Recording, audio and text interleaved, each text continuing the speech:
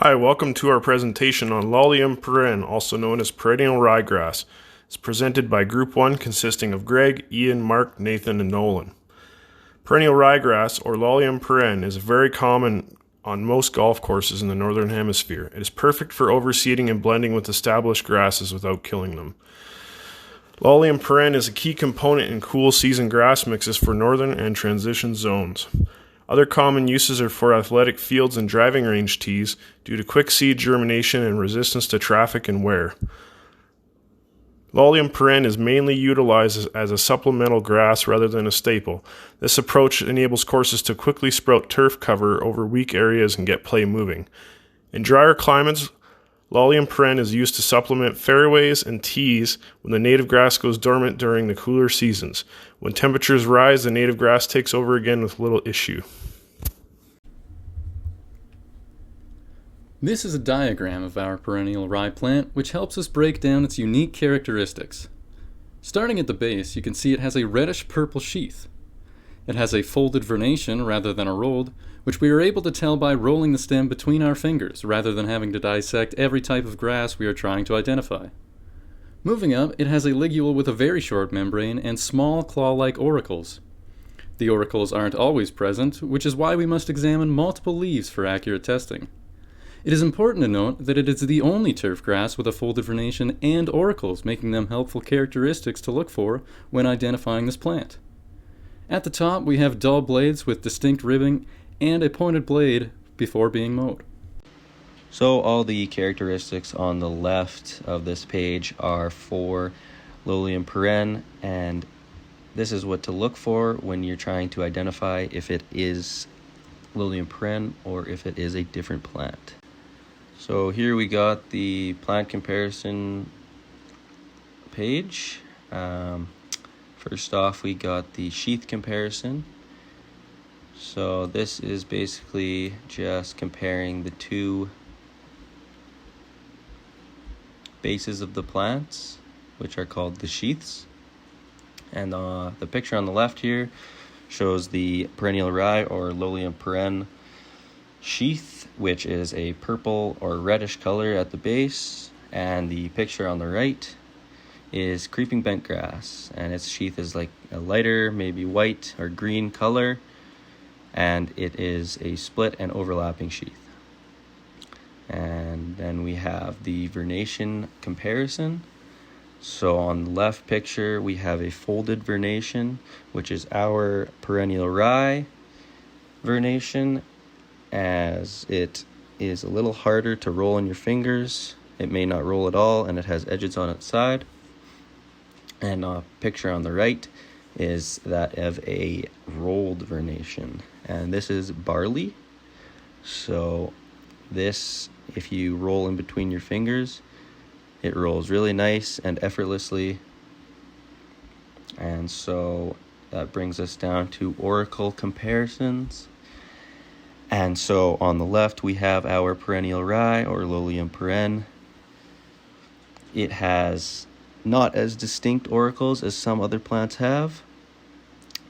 They're there and you can see them, but they can be a little harder to spot.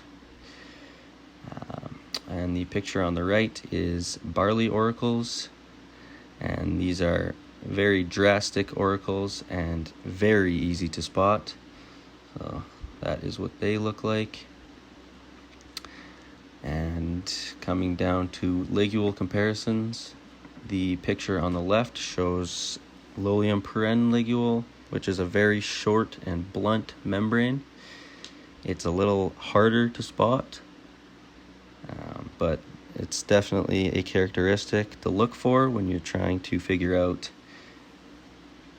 if it is perennial ryegrass or not. And the picture on the right, shows a Poa annua ligule, and this ligule is more of a medium size, and it is quite distinct. You can see it quite a bit better.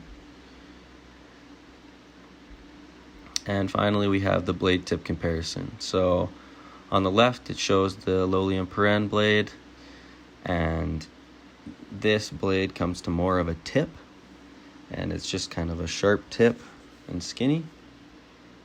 And the image on the right shows Kentucky bluegrass, or Poa pratensis, and this comes to more of a boat-shaped tip. Lolium perenne is a cool season grass, and although it can grow in many different situations and climates, it thrives under certain conditions of temperature, watering, and soil pH. Its maximum growth happens with an air temperature of 20 to 25 degrees Celsius and a soil temperature of 10 to 18 degrees Celsius. At an air temperature lower than 5 degrees Celsius, turf growth can be stunted and potentially die if warm weather does not return soon. It can also go dormant during the hot summer months with daytime air exceeding 31 degrees Celsius without frequent watering to slow this process. It is best to test soil pH levels before you seed so you know if any acids or bases need to be added to correct your soil. Lolium perenne has a wide range tolerating both acidic and alkaline soils between a pH of 5.1 and 8.4, but the best possible growth occurs between a pH of 5.5 and 7.5. To lower pH levels, aluminum sulfate and sulfur are the most commonly used. Sulfur can take several months to lower the pH depending on moisture, temperature, and bacteria levels, which is why aluminum sulfate is more commonly used as it changes pH instantly. To raise pH levels, limestone is most commonly used and comes in pulverized, granular, pelletized, or hydrated forms. Once established, Lolium perenne should be watered 3 to 5 times per week to a depth of 6 to 12 inches. Your watering regimen would be determined on your soil type, sand, soil, or clay, and should be modified accordingly. If there is rain during the week, watering should be reduced accordingly. Although this grass can grow roots over 2 inches deep, it is not very drought tolerant, as the first roots, seminal roots, develop quickly but are short-lived.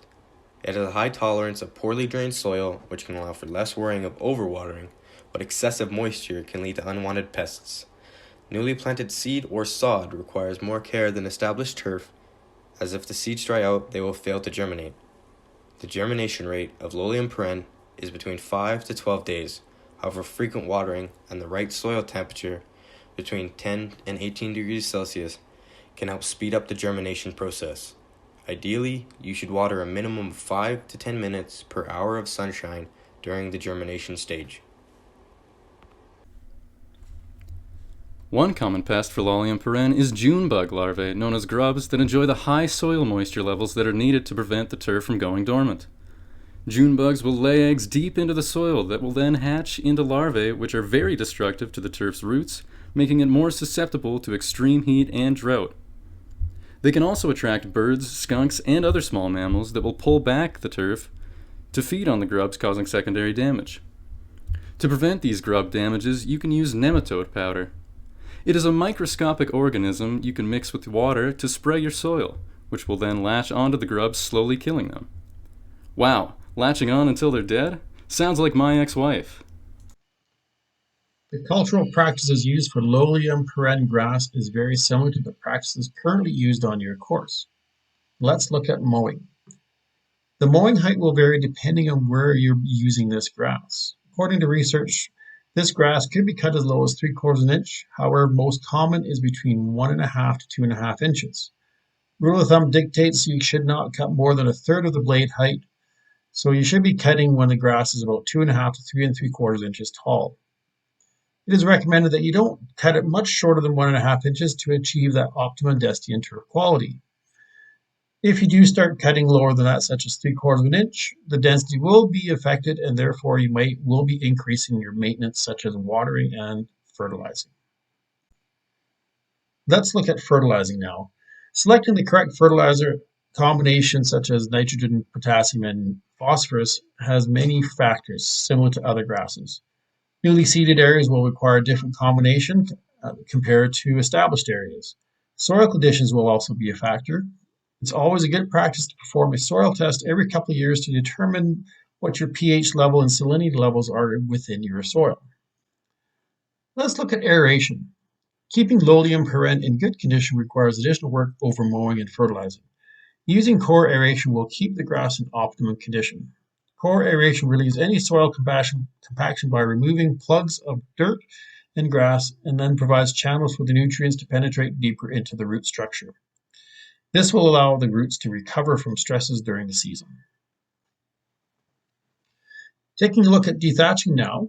Dethatching is another cultural practice which helps improve the quality of the grass. Dethatching is a process of removing the organic layer of debris located at the base of the plant, which has built up over time. Thatch is beneficial to the health of the grass. However, when it becomes too thick, greater than ½ an inch, it forms a barrier to the water and nutrients being applied. This barrier also affects any time you're overseeding, as the seeds will need soil contact to germinate. Thatch removal scrapes all this debris up and also scrapes the soil, making it suitable for overseeding. Let's look at the cultural practice of overseeding. Overseeding is typically done late fall to repair areas damaged during the season. Before you do any overseeding, you should check there are no underlying issues causing the damage. These issues could be poor soil conditions, soil compaction, insufficient water, excessive thatch, etc. Once that has been corrected, you can then proceed with overseeding. Turf adaptation zones. There are 5 distinct adaptation zones of grass as shown on the map below. There is a cool season, which is broken into cool arid and cool humid, warm season, broken down to warm arid and warm humid, and transition zone. Lolium perenne is considered a cool season grass and thrives well in a cool humid subset. However, it is also suitable for the cool arid subset provided irrigation is available and there are no extreme temperature swings, daily or seasonal. It can also be used in the warm season region, however. It is typically only used to overseed warm season grasses during the cool winter months.